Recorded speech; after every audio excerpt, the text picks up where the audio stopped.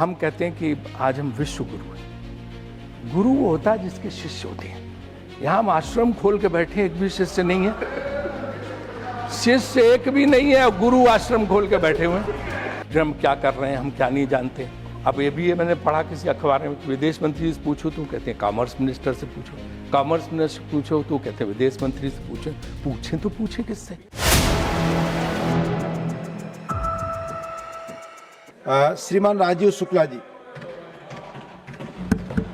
धन्यवाद उपसभापति जी। हमारी निर्मला सीतारमण जी का नवा बजट है, मुरारी देसाई से एक बजट कम है, लेकिन पता नहीं क्यों इस बार के बजट में मजा नहीं आया।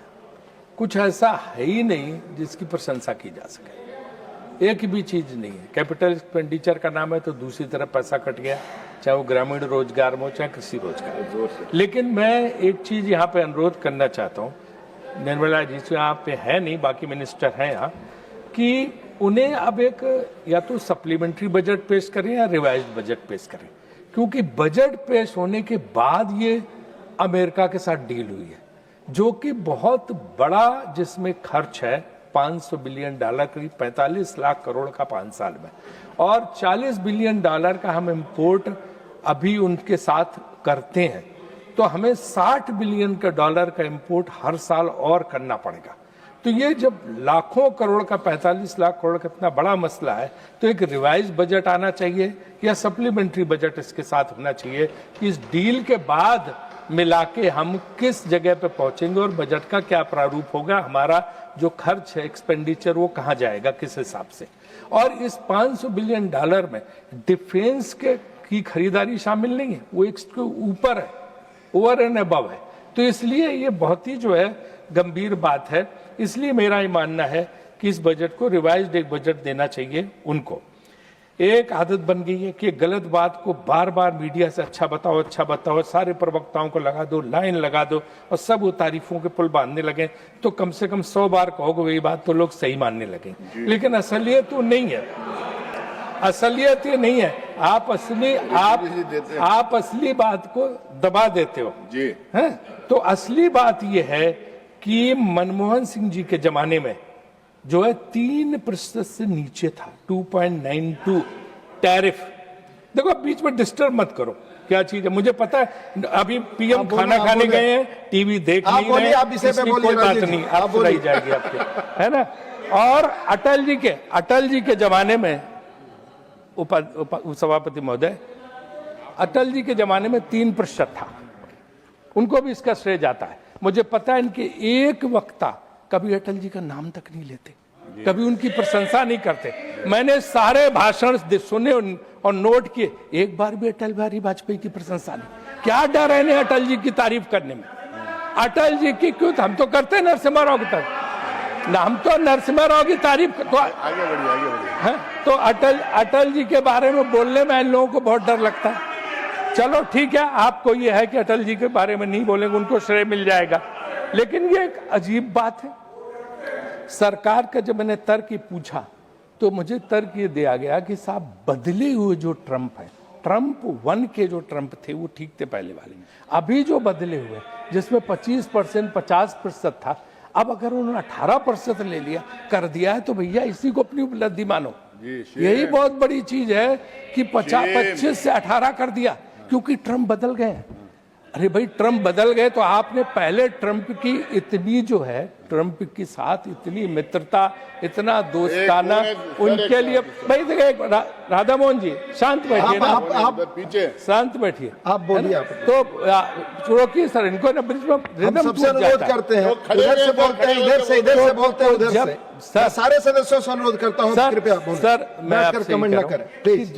जब आप जो है वहां पे बदले हुए ट्रम्प को, कि बदले हुए ट्रम्प जो ट्रम्प 2 के ट्रम्प जो है उनका एटीट्यूड बदल गया अचानक, इसलिए हमें 18% में बड़ी खुशी है। एक तरफ 18%, दूसरी 0%। तो 18 और 0 में कोई फर्क नहीं। अमेरिका 0% है, भारत को 0% टैरिफ पे, और अमेरिका को 18%।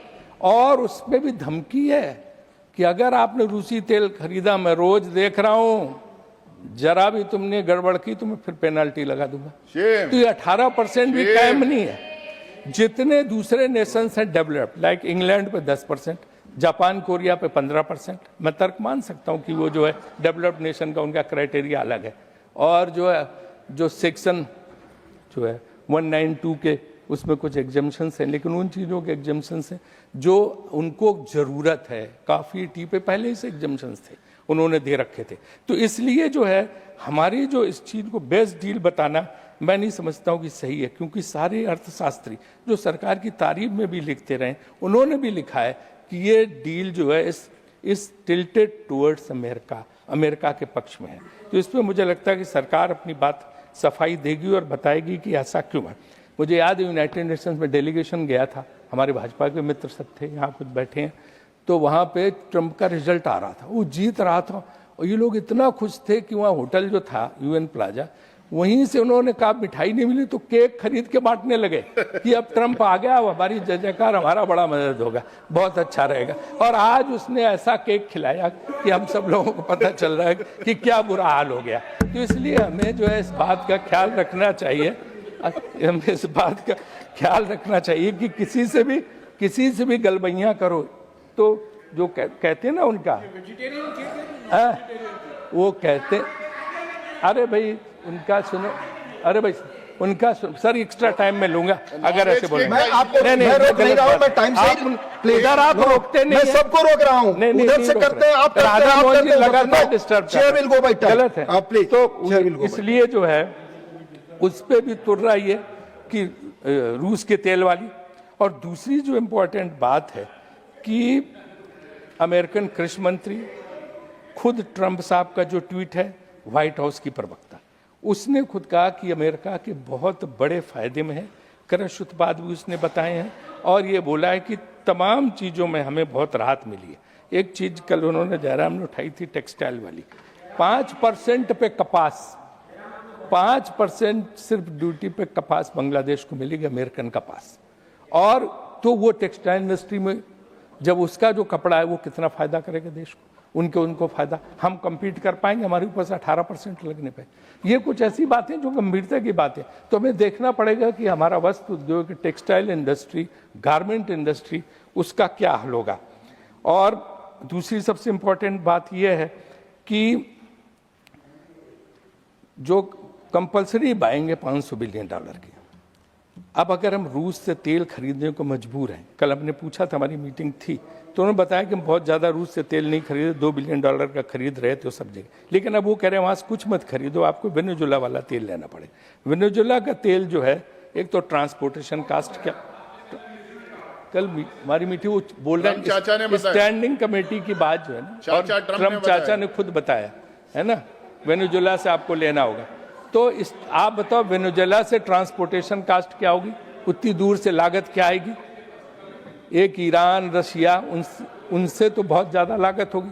दूसरा उनका crude oil, thick crude oil है, हमारी कौन सी रिफाइनरी उसको प्रोसेस कर पाएंगे आप? इंडियन ऑयल वाली तो कर नहीं पाएंगे, प्राइवेट कोई रिफाइनरी प्रोसेस कर से समझ में आता। तो ये सारे एस्पेक्ट, मतलब तेल महंगा होगा, पेट्रोल डीजल और महंगा होगा, आप जान लीजिए। इससे मुझे ये बिल्कुल साफ साफ पता चलता है। दूसरे जानवरों का चारा उसमें शामिल है। अब जानवर वहाँ का कहते हैं जीएम क्रॉप वाला चारा आएगा, जो फॉडर जिसको बोलते हैं, तो हमारी गाय भैंसों का क्या हाल होगा अगर ये जो है जेनेटिकली बनाया गया चारा मिलेगा, तो क्या हाल होगा, उससे निकला वो दूध क्या होगा, क्या भगवान है आपका? वियतनाम का, इनके बाद पॉइंट ऑफ ऑर्डर, वियतनाम का, इनके बाद वियतनाम का कृषि उत्पादों पर 5% टैरिफ है। तो जो भारत को ऑर्डर मिलने थे, तो हम 18% देंगे, वियतनाम 5% पे, तो बोलो क्या हाल होगा सर। ये मैं आपसे पूछना चाहता हूँ कि क्या हमारे किसानों को नुकसान नहीं होगा? 30,000 करोड़ का नुकसान होगा। हालांकि हम ये भी कहना चाहते हैं कि तमाम आइटम ऐसे हैं कि जिन पे नहीं है, उसमें सब जो है, जैसे कि मिलेट है, ये है, तमाम चीज़ जो उसमें है, बाजरा वगैरह, तो वो जो एक ऐसी समस्या है कि देखना पड़ेगा कि उनका क्या नुकसान हो।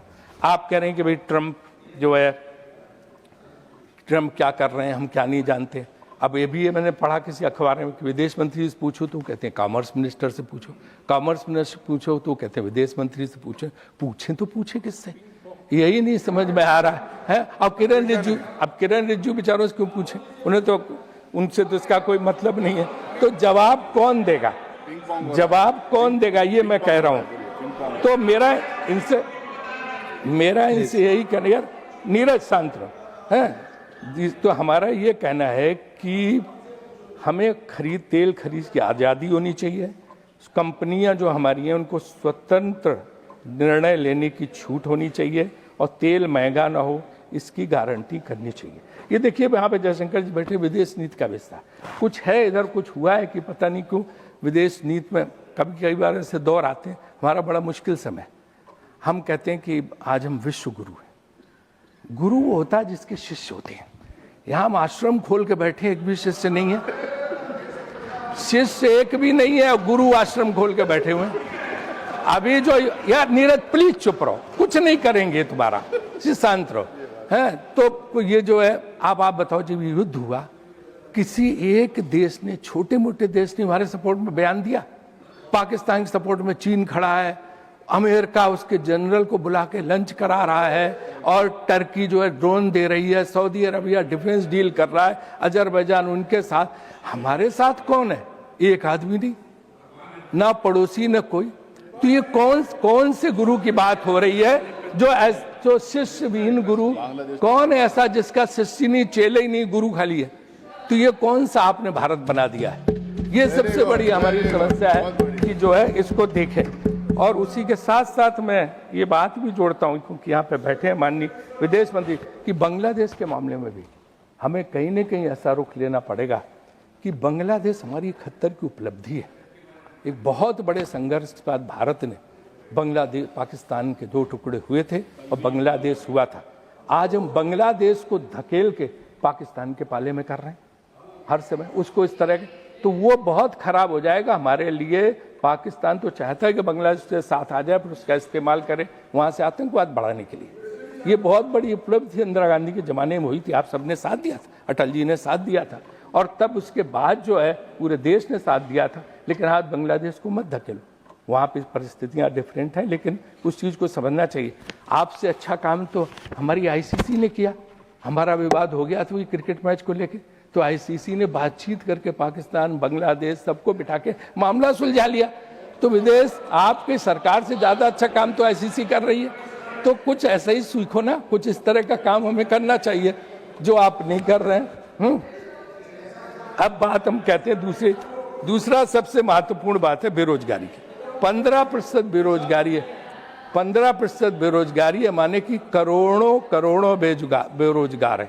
इन बेरोजगारों के लिए हम जो है क्या कर रहे हैं, क्योंकि उनकी स्थिति बहुत ही खराब है। नौकरियां हैं नहीं, सरकार में खाली पद भरे नहीं जा रहे हैं, और अमेरिकन डील के बाद मेक इन इंडिया क्या हो गया भगवान ही जाने, क्योंकि सब इतना देना पड़ेगा तो यहाँ लोग बना के क्या करेंगे समझ में नहीं आ रहा। छोटे लघु उद्योग बंद हो रहे हैं। सरकारी अफसरों ने छोटे छोटे व्यापारियों की जान आफत में की है, जीएसटी से लगा के हर तरह से इतना तंग किया जा रहा कि मुझे लगता है 1 लाख कि 10 लाख लोग, 10 लाख व्यापारी या 1 लाख व्यापारी तो नागरिकता छोड़ के चले गए। तो अगर ये प्राइवेट सेक्टर के एंटरप्रेन्योर, एक वैसे आदमी जाए फर्क नहीं पड़ता, अगर उद्यमी जाता है, एंटरप्रेन्योर जाता है, तो लोगों को नौकरी कौन देगा? मुझे याद है मैं जब योजना मंत्री था तो मनमोहन सिंह जी ने मुझे कहा, वो सोचते थे इस बारे में कि तुमने क्या सेंसस रिपोर्ट देखी 2012 की बात याद है? तो मैंने कहा नहीं, कहने उसमें 2.5 करोड़ की दर से हर साल नया यूथ आ रहा है नौकरी लेने के लिए। तुमने उसके लिए कुछ सोचा तुम लोगों ने योजना आयोग में? मैंने कहा साहब ऐसी तो कोई बात हुई नहीं। कहने 2.5 करोड़ यूथ ही अगर इसको नौकरी नहीं देंगे तो ये अराजक तत्व हो जाए, तो कुछ सोचना चाहिए। तो तब स्किल, उन्होंने कहा स्किल डेवलपमेंट पर जोर दो, स्किल डेवलपमेंट पर जोर दो, और प्राइवेट सेक्टर जो है इनको नौकरी दे सकता, तो सरकार और प्राइवेट सेक्टर मिल के मदद कर। तो मैं इसमें स्किल डेवलपमेंट के लिए कोई पैसा नहीं बढ़ाया गया। तो मुझे लगता है आपसे निवेदन ये है कि आप कहेंगे उनको कि स्किल डेवलपमेंट का भी उस रिवाइज्ड बजट में जो है, नए बजट में पैसा बढ़ाया जाए, ताकि लोगों को, उद्यमियों को उससे मौका मिले, और ये थोड़ा डंडा मारने का काम व्यापारियों वगैरह पे कम कराइए। अब से दिन भर डंडा मारते हैं, और इसकी वजह से उनका जो हौसला है वो बहुत कम होता चला जा रहा है। मैं इस बजट में ग्रामीण विकास और कृषि विकास, ग्रामीण सबसे बड़ी अर्थव्यवस्था, हमारी नरसिम्हा राव जी पहले आदमी थे जिन्होंने ग्रामीण मंत्रालय में 5 सेक्रेटरी रखे थे। बहुत विकराल रूप दिया था ग्रामीण विकास मंत्रालय को, और महत्वपूर्ण था। लेकिन यहाँ हम देख रहे हैं कि 6,500 करोड़ का बजट कम कर दिया गया।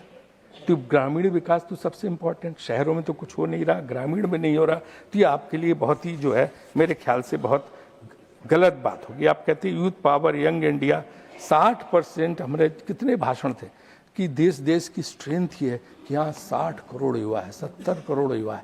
आज युवा कहाँ है?